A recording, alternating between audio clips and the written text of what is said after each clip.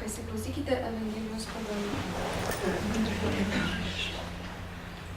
Keliaujant į Jeruzalę, teko Jėzui eiti tarp Samarijos ir Galilėjos.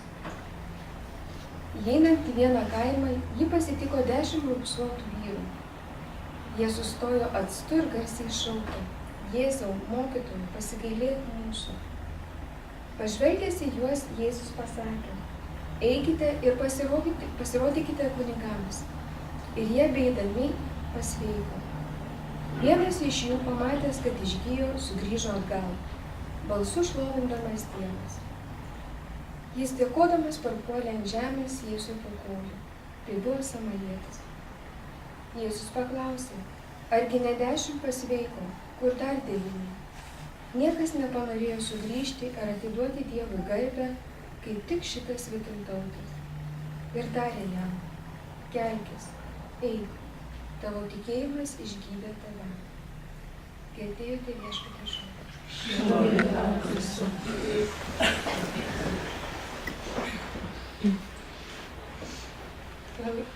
Sunku šiandien kalbėti, bet jūs tikriausiai ir matėte ir žinot, kad mūsų skyriaus mokinys Simona Levinkė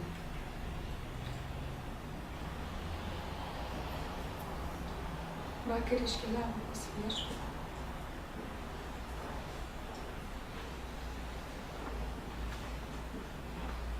Ir tikrai šita Evangelija, ką mes girdėjome, kalba apie tikėjimą.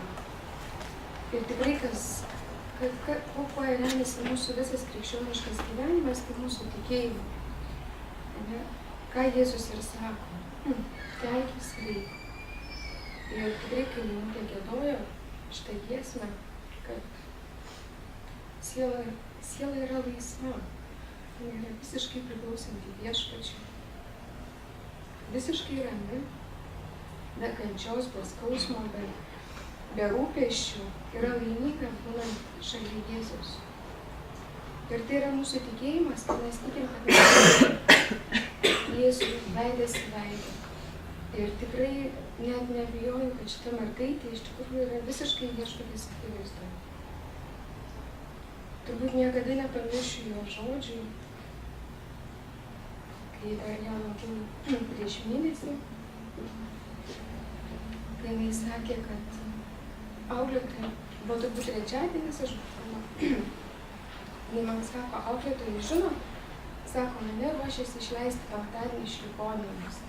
Ir aš puikiai atsimenu, kad niekas neplanavo jos išleisti iš tos ligoninės. Ir jinai sako: bet labai gerai žinau, kad mane penktadienį išleidžia iš ligoninės, tai labai gerai, sako, aš kitą savaitę atvažiuoju į mokyklą. Gerai, sako, atvažiuoju. Nežinau, bet aš taip visų pasirinkau, sako, aš taip noriu mokintis. Tikrai, sako, aš kitą savaitę atvažiuosiu į mokyklą. Gerai, sakau, Simona, atvažiuoju. Draugas turėjo galėjo lovos, pradėjo verkti ir išėjo už durų. Jis sako: auklėtoja, o kada man bus praktika? Sakau, žinai, Simona, bus tai sausio pabaigoj, bus 3 mėnesiai, jūs išeisit į ištisinę praktiką. Tai gerai, aš iki to laiko pasveiksiu, stosiu ant kojų ir aš ateisiu. Nes sako, man labai patiko. Man taip patiko zoologijos sode. Sako, aš ten atliksiu praktiką. Atsisuka į draugą ir sako: tu žinai, kai aš eisiu, aš tave pasiimsiu. Mes eisim kartu. Tas draugas pradeda verkti ir vėl išeina iš durų. Ir aš sakau, kiekvieną kartą, kai aš ją sutikdavau, iki to laiko, kol jinai dar galėjo kalbėti, jinai kiekvieną kartą sakydavo: auklėtoja, kaip aš noriu mokyti, kaip aš noriu mokintis. Ir kai pasižiūri į ją ir matai, kad jinai silpsta dienomis, kad jinai nebeišlips iš tos lovos, kad jinai nebeateis. Ir iš tikrųjų jos tas troškimas ateiti į mokyklą nuo rugsėjo pradžios taip ir neišsipildė. Kiekvieną kartą, kai atvažiuodavau ją mokyklą, labai sunku matyti, nes silpo tikrai labai stipriai. Ir iš pradžių jinai apako, paskui nebegalėjo valgyti, to recepto, kad reikia nuryti. Tai maždaug daugiau kaip 3 savaitės jinai visiškai buvo nevalgius. Buvo labai sunku atsigerti. Ir ta kančia, kuri žinai, pakėlė, kiek jinai galėjo ją pakelti, iš tikrųjų buvo didžiulė, nes jinai dažnai sakydavo, kad man skauda galvą. Mama sako, aš tikrai įsitikinau, kad jinai nemato, nes rankom pradėdavo čiupinėti lovą ir klausdavo, mama, kur tu esi, mama, kur tu esi. Ir paskutinį kartą, kai aš ją lankiau, jinai negalėjo atsimerkti, negalėjo kalbėti, bet mane pažino iš balso. Ir kai aš pasakiau, kad mama, aš atvažiuosiu dar tavęs aplankyti, galėjau pasakyti tik Sakau, tu žinai, viskas bus gerai. Mane. Ir sakau, tu pamatysi, viskas tikrai greitai pasibaigs ir bus viskas gerai. Ir sakau, tu laikykis, tu dabar tik tai laikykis. Ir iš tikrųjų, po savaitės laiko tai labai tokie, aišku, aš nelaukiu tos dienos, bet šiandien mums yra liudijimas. Gyventi šventumu ir eiti iki galo. Jinai puikiai žinojo savo nuodėmėse. Kai mes žinom tokius dalykus, labai norisi patrumpinti, kad nebūtų tos kančios. Bet tame ir slypi šventumas. Priimti savo kančią, priimti savo išbandymus ir eiti iki galo kančioje. Kai buvo švėlinės tikybos pamoka, vaikai klausė, kas yra šventumas. Tai aš taip ir pasakiau, kad šventumas yra tai, kad mes turime priimti tai, kas yra mums paskirta, tai, kas mums yra duota. Ir nebijoti iki galo. O šventumui būdų yra labai daug.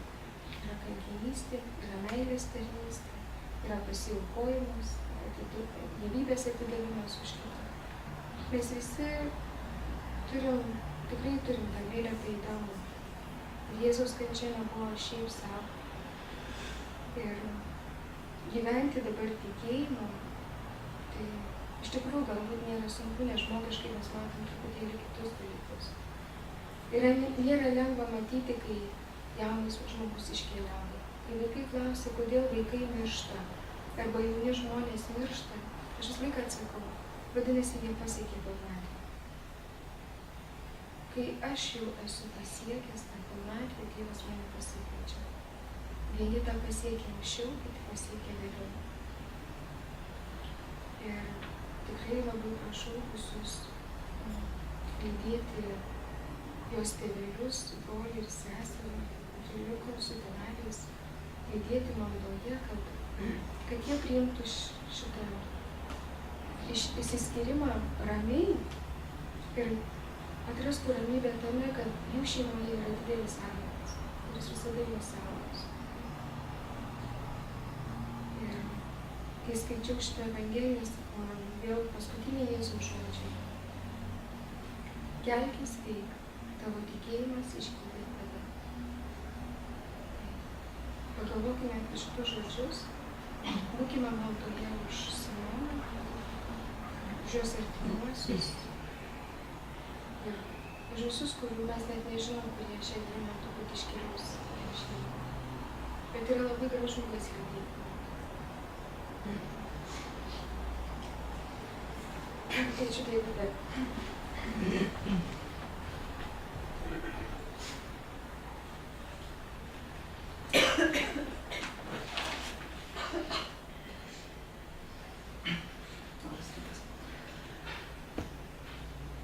XVIII amžiaus rašytojas Sviftas teigia, kad regėjimas tai menas neregimas kitiems.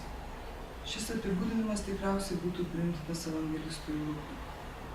Šiandienos skaitinyje apie 10 raupsuotųjų žodžiai matyti, žvelgti yra labai svarbus. Pirmiausia, tie vyrai turėjo matyti Jėzų, einantį kaimelio link ir suvokę, kad jis toks, šauktis jo pagalbos. Ta akimirka Jėzus į juos pažvelgė. Tikriausiai šis žodis čia pavartotas sąmoningai, turint galvoje, kad raupsuotieji buvo visuomenės atstumtieji. Jie buvo tarsi kitų nematomi. Nepaisant to, jie patraukė Jėzaus dėmesį ir jo mylintį žvilgsnį. Taigi, Jėzus jiems liepė eiti pas kunigus, kad kunigai pamatytų, kas atsitiko šiems vyrams. Manote, jog kunigai išvykę stebuklingą pagijimą atsivėrė? Atsivėrė jų dvasinės akys ir jie pamatė, kad Jėzus yra Dievo sūnus? Mes to nežinome, mat Lukas to nesako. Tačiau žinome, kad tik vienas iš išgydytojų pamatęs, kad išgijo, sugrįžo padėkoti Jėzui. Vėl pavartotas svarbus žodis matyti. Šis raupsuotasis pamatė tai, ko kiti negalėjo. Jis pamatė, kad reikia Dievą garbinti ir jam dėkoti už stebuklą. Įsivaizduokime jūs suklupusi palei Jėzaus kojas. Iš jo širdies kyla garbinimas. Tai, ką šis išgydytas žmogus pamatė, paskatino gyvenimą. Ar manai, kad ir tu gali pamatyti Dievą šventosiose mišiose? Gali jį pamatyti ne tik perkeitimo akimirką, bet ir visoje liturgijoje. Jis esti tarp draugėn susibūrusi ir jį garbinančių tikinčiųjų. Jis yra šventojo rašto skaitiniuose. Jis yra parapijiečių širdise. Ir jis ypatingų būdų ateina pas tave, kai priimi Eucharistiją. Per ateinančias sekmadienio mišias melsk Viešpatį atverti tavo akis, kad regėtum jį. Leisk jam parodyti savo meilę. Pažvelgdami kryžiuotojų ir pamatysi, kad jis visą paaukojo dėl tavęs. Kaip išgydytasis raupsuotasis dėkojo Jėzui, taip ir tu su iš širdies rūvančiu dėkingumu šlovink Jėzų, žvelgdamas nuskaidrėjusiu žvilgsniu. Viešpatie, dėkojame tau, kad pajutome mylintį tavo žvilgsnį. Dėkojame, kad tavo meilė mus apvaro. Atverk mūsų akis, kad išvystume, jog tu gyveni mumyse.